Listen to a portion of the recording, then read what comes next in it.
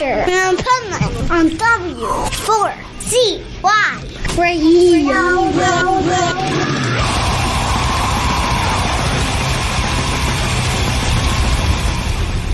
Wake up, America! It's time for the Adventures of Pipeman on W4CY.com, West Palm Beach's #1 internet radio station. Here's your host, the Pipeman. The only gods, the gods of rock and roll. The gods of rock and roll. This is the Pipeman here on the Adventures of Pipeman W4CY Radio. I'm very excited about our next guest and the music that just came out. So I'd like to welcome to the show, who needs no introduction, Billy Morrison. How are you? Thank you. Actually, you know, I do need introductions sometimes. I'm the guy that knows the guy.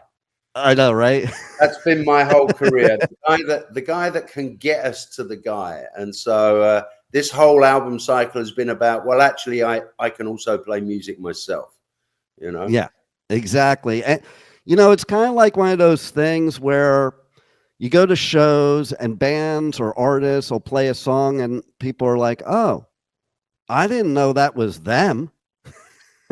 Yeah, there's that. There's also a generational thing. I mean, you know, when Paul McCartney got up with, I can't remember who, a Miley Cyrus or one of the new breed, and you know, their fans were going, I don't know who that old guy is, but he's really lucky to be on stage with whoever it was. So there's a generational thing, and that's fine. That's inherently the essence of the music business. Yeah. Totally. And you know what? It's so funny because I remember when that happened recently. I was like, that's pretty funny. Or, you know, there's so many bands you could say that about, you know, or what the youth today considers a certain type of genre that really is not what it was then.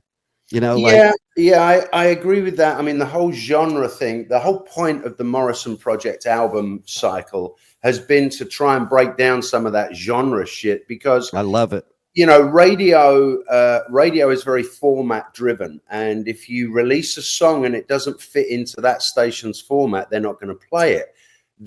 And that's fine. But the issue I have with that is the people that are listening to, let's say, AOR, adult oriented rock. They like a little bit of Train, right? But they also like a bit of Ozzy Osbourne. Right. And the people that are listening to Ozzy's Boneyard on Sirius are diehard Ozzy fans, but they're also listening to Linkin Park. Right. Which is over on Octane. And so music is very fractured through the radio format. So my album was, well, I listen to hip hop like a fiend. I listen to hip hop, old school NWA, Public Enemy, Cypress, DMC. Well, of course, there's a track with Cypress on the deluxe edition, which is wonderfully behind you there. Yes. And there's a track with DMC. There's a ballad with Linda Perry. There's a metal song with Ozzy. You know, fuck genres. I love it because I talk about that all the time in my show. I so hate genres for multiple reasons. Like, okay, so you go back to the 80s and there was the genre gatekeeping, you know, and it's like, ooh, you can't like this music. It's new wave because you're a metalhead or anything like that. It's always been the case. Yeah. The thing is, it has always been the case. When punk rock hit England in 1977, it was a backlash against bands like Yes and Genesis and Chicago and the big overblown bands. And you weren't allowed to like heavy metal except Motorhead. Right. Motorhead, punk rockers were allowed to like Motorhead. So, you know, as long as I remember, there's been these unwritten rules. And when you're 12 and the Sex Pistols are on TV, you are just going to be, well, fuck everyone else. I just like the Sex Pistols. But as you grow and mature, I mean, you know, I went through a Madonna phase. I loved Madonna. You know, in the 90s, she was amazing. You learn that the genre thing is a young thing. Yeah. And, you know, it's funny because one of my friends now that I've interviewed a few times was a new waver. And I said to her the first time I interviewed her, I'm like, well, I'm going to say something I've never admitted, but I really liked you in the 80s. I just wasn't allowed to admit it. And now I can. Yeah. You know, and right. And there are artists like Post Malone these days that are breaking down genres. You know, he popped over to the country world, and now he's putting out an album of Nirvana covers for Record Store Day. And, you know, that guy is multi-talented and multi-genre. And I like that we are smashing those genres a little bit. I mean, on the serious, you know, I obviously have 2 shows on Ozzy's Boneyard. But over at Octane, they have been so, I can't thank those guys enough, because they played Crack Cocaine and they've played Gods of Rock and Roll, which is a ballad. Right. And Octane is not a ballad-centric format, but those guys at Octane have shown me love. So even the formatted stations are willing to, you know, cross it over. Phenomenon is being played on Rock the Bells, which is a hip hop station. So my job is done here. I love it. I love it. And, you know, there's so many micro genres and subgenres now that it's ridiculous. Like I go on tour and I do coverage at music festivals in the US, UK, Europe. And it's like ridiculous. We do things when I do the interviews. I'm like, well, what would your genre be if it was just your band? Because that's what it's become. Like, it's like, it's so narrow, you know? And it does come out to be a funny thing, but I'm glad there's people like you that are showing that genre stuff is, to be blunt, a bunch of bullshit, because you're an artist. Okay. You shouldn't be locked into one type of music, you know? And it's like, it seems like if you try to branch out, because we all have different interests too that we want to explore, that you get punished for it, you know? Well, only in the major world. I mean, you know, in the major world, they're throwing millions and millions of dollars at acts, and they want recoupment. They want their money back. So therefore, if you have a hit at, you know, modern rock, your next 5 singles better be modern rock, because that's where you've landed. And I've got $3 million into your band. So that's why I advocate independent music. My label, TLG Zoid, are fully independent and have embraced the fact that there's a hip hop song and a metal song and a punk song and a ballad on one album. They don't care. I love it. And you can only really do that at an independent level. I love it. And I'm also thankful over here in the U.S. festivals have finally started to do that, because Europe has been doing that forever. But we're fine. Like when you can have somebody like Joey Roll that's in pretty much every genre there is, and he plays a metal festival, and everybody, like, they're there to see him. All the metalheads are there to see him. That to me is beautiful. Yeah, absolutely. And that's because Ozzy and Jelly Roll have been on the same stage together. And it's more of this smashing genres. And Danny Wimmer, who's a promoter here in America, he's had a lot to do with that. His festival bills have been really diverse. And also, if you want to go back to the Ozfest, you know, and Lollapalooza, those festivals, Lollapalooza had Ice-T and Susie and the Banshees on. And James and that's phenomenal. So it's always been there, but I like that. I like that the success of the Morrison Project has contributed to that smashing of genres. It definitely has. And I also even dig, like, okay, so you redid the Ozzy song that you wrote with Ozzy in South America like forever ago. Yeah, 10 years ago. And it's like, I love what I saw where it was like Ozzy was like, it's finally finished. The song's finally finished. Yeah.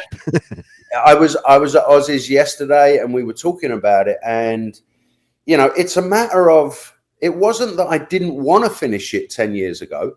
I didn't have the label behind me. Mm-hmm. I mean, people have to understand, adding a 59 or 60 piece orchestra and a choir and re-recording almost all of it costs money. Yeah. Right? A lot of money. And it's not, you get your wallet out. I've got $300 in my wallet. So I don't, you know what I mean? Yeah, so I needed totally. the people and the team behind me. And then there's timing. You know, at that time, my last solo album was coming out. I wanted the song, so we mixed it as it was, and it went on that album.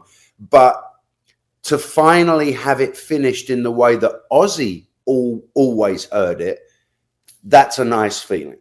And you did a phenomenal job, because Gods of Rock and Roll was always a great song, but I think adding everything that you added to it, it made it a complete song, like a just complete sensory experience. Well, I think it's a new song. It's so different that it's a new song. And that's, you know, in part, that's thanks to Fred Coury.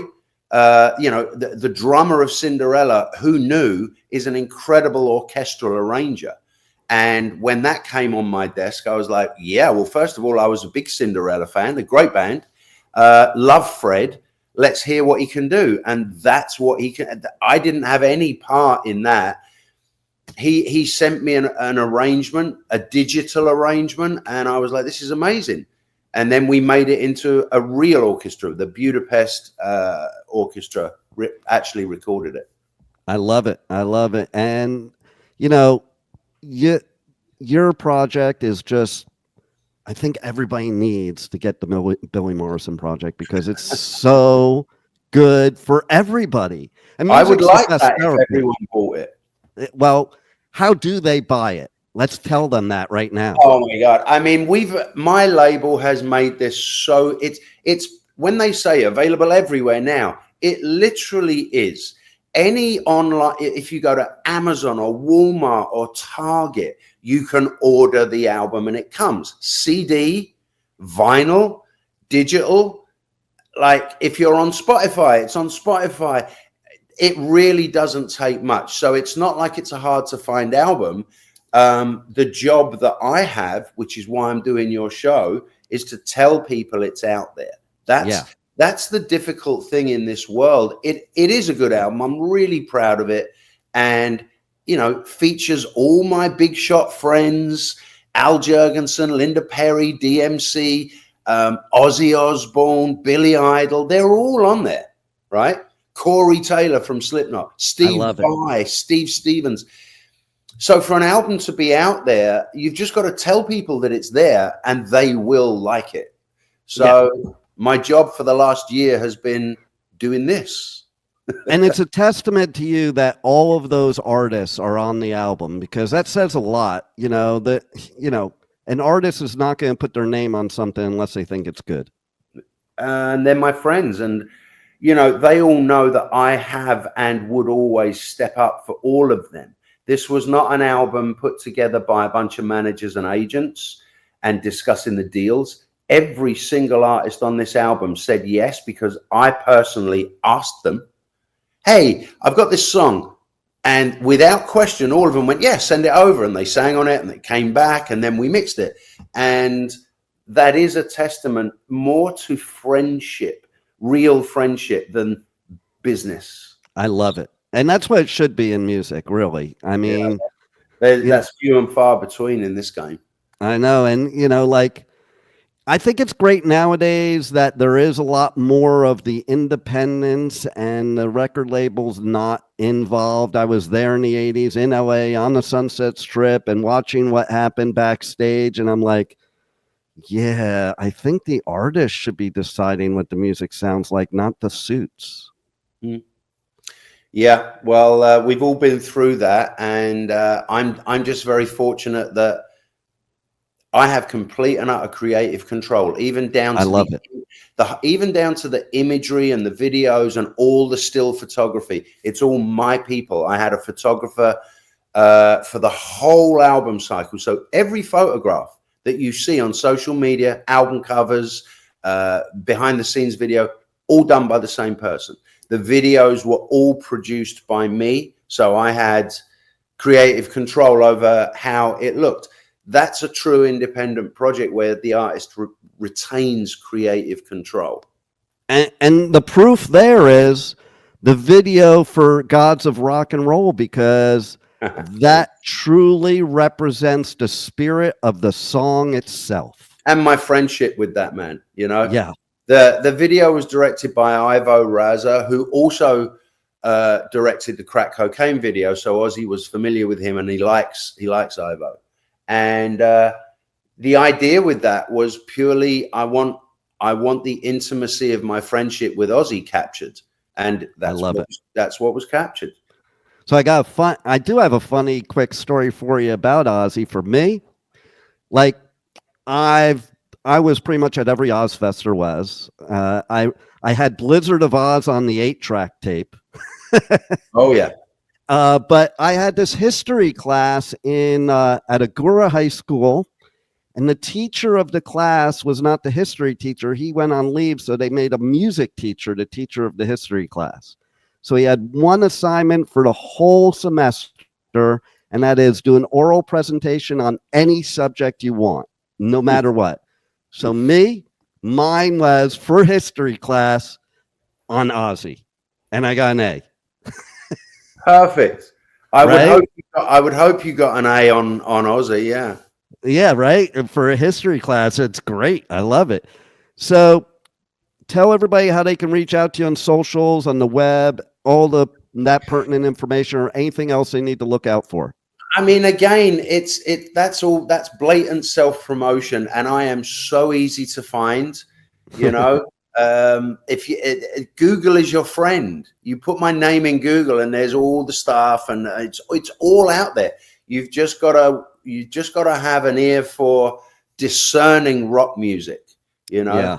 Not prepackaged plastic rock. This is the real deal, and I'm proud that the album is authentic. It's a set of 12 songs. Actually, with the deluxe, I guess it's 18 songs, which is awesome. That are all from my journey. So I love it.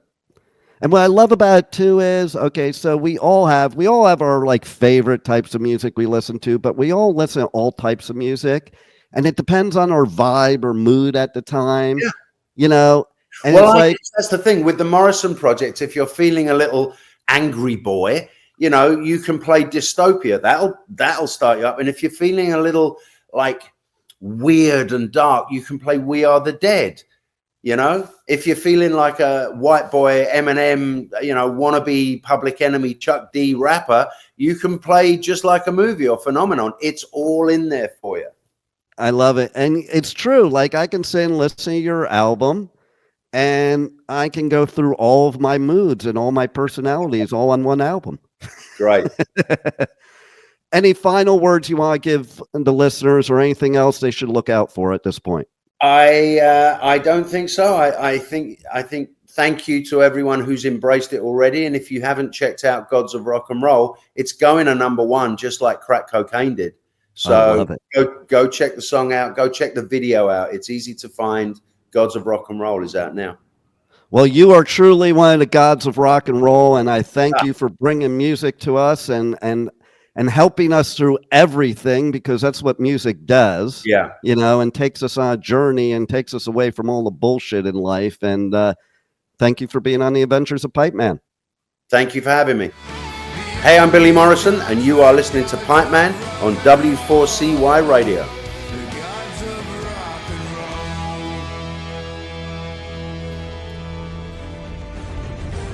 Thank you for listening to the Adventures of Pipe Man on W4CY Radio.